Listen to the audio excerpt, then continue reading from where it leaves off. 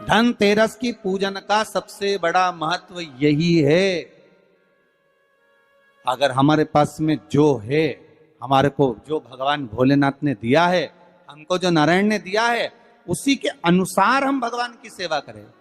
धनतेरस ये नहीं कहती कि आपके पास में कुछ नहीं है तो आप कर्जा कर कर चांदी के बर्तन खरीद के लाओ।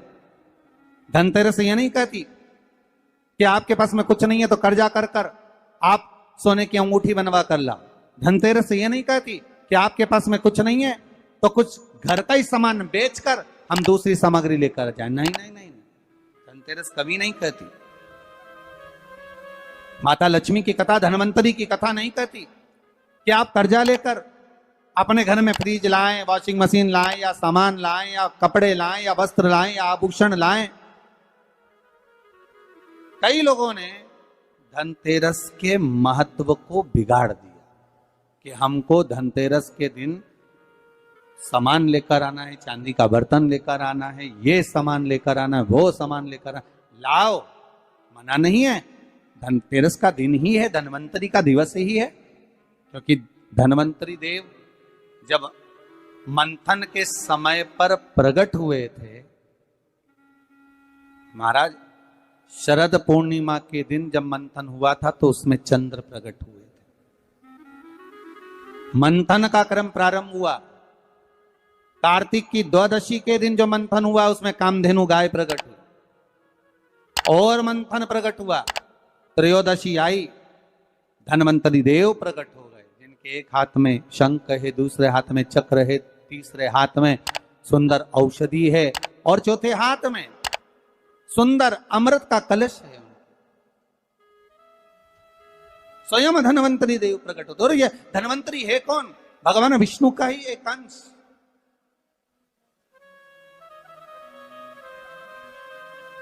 त्रयोदशी को धनवंतरी देव प्रकट हो गए।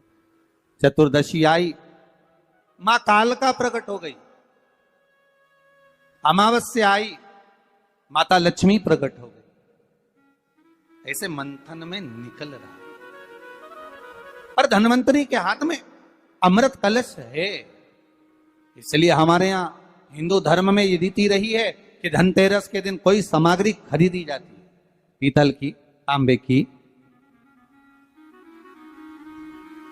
कोई वस्तु हम खरीदते हैं। पर आज का समय का जो फैशन बढ़ता गया तो कहा साहब चांदी के बर्तन खरीदना जरूरी है, चांदी का सामान खरीदना जरूरी है, सोने का पात्र, सोने की वस्तु खरीदना जरूरी है, ये सामग्री खरीदना। तो यहाँ शास्त्र नहीं कह रहा कि महाराज इतने महंगे महंगे पदार्थ खरीदो और घर में कर्जा कर लो। शास्त्र तो यह कहता है कि धनवंतरी की पूजन करना है आपको। अगर आप एक सामग्री भी लेकर आ रहे हैं तो उसमें आपका भाव जुड़ा होना चाहिए, कर्जा नहीं जुड़ा होना चाहिए।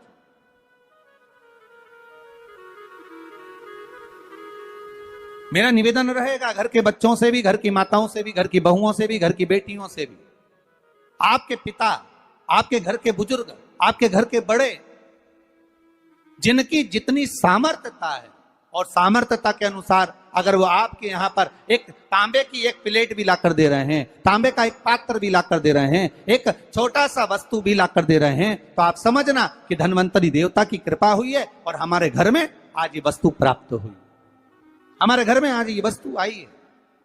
उसी को आप स्वर्ण की मान ले, उसी को आप चांदी की मान ले और उसी का पूजन करें।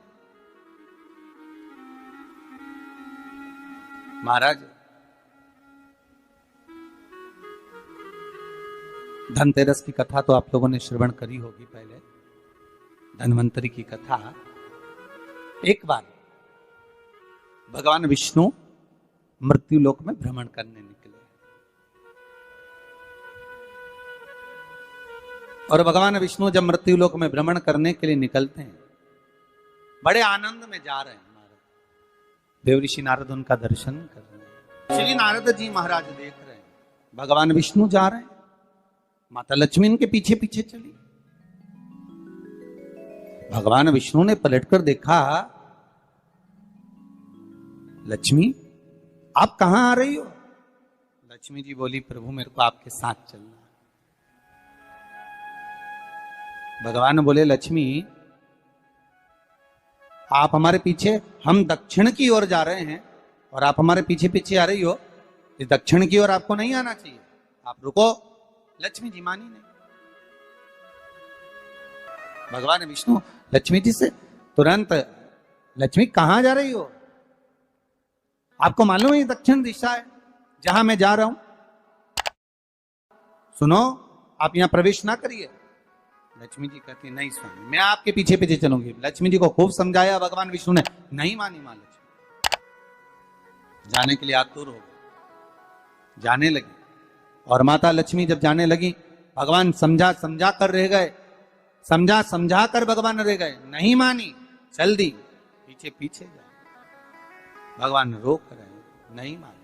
चलते चलते लक्ष्मी जी ने क्या देखा कि एक सुंदर गन्ने का ईख का एक खेत है। आपने देखा होगा, जितने भी लोग इस पावन धन्वंतरी कथा को सुन रहे हैं, धनतेरस के पावन कथा को श्रवण कर रहे हैं, उन्होंने देखा होगा कि जब दिवाली की पूजन होती है तो दीपावली की पूजन में कई जगह पर गन्ने को, ईख को पूजन में रखा जाता है। अब भैया कोई ब्राह्मण देवता से पूछे कि महाराज जी ये गन्ना पूजन में क्यों रखा जाता है लक्ष्मी जी की पूजन में? आपके बच्चे भी आपसे पूछ सकते हैं, मम्मी ये गन्ने का क्या प्रयोग है, ये ईख का क्या प्रयोग है कि माता लक्ष्मी की पूजन में गन्ना रखा जाए, ईख रखी जाए, इसका प्रयोग क्या? तो वो प्रयोग ये धन्वंतरी की कथा में आ रहा है, ये धनतेरस की कथा में आ रहा है।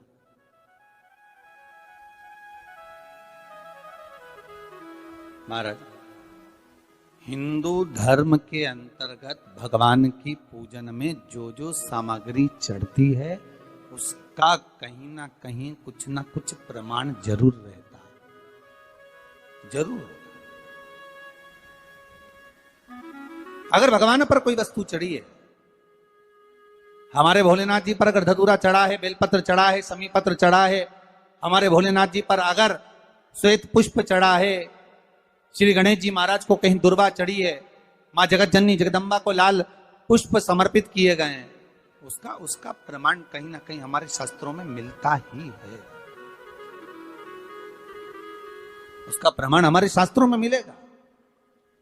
गन्ने का, ईख का प्रमाण यहां आता है धन्वंतरी की कथा में कि माता लक्ष्मी गन्ने के खेत को देखकर, माता लक्ष्मी ईख के खेत को देखकर रुक गई और ईख के खेत को देखकर रुकी और भगवान विष्णु आगे बढ़ गए।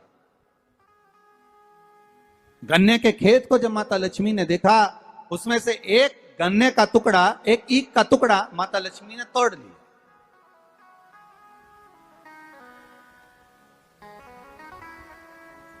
अब जब गन्ने का टुकड़ा तोड़ा, ईख का टुकड़ा जब माता लक्ष्मी ने तोड़ लिया, तब उस गन्ने को तोड़कर माता ने मुख में उसको खाना, चबाना चालू करा। उस गन्ने का रस माता प्राप्त करने लगी।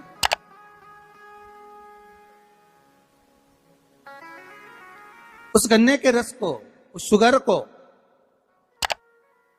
गन्ने के उस रस को, ईख के उस रस को माता लक्ष्मी आराम से प्राप्त कर रही हैं और भगवान आगे निकल गए। लक्ष्मी जी रुक गई।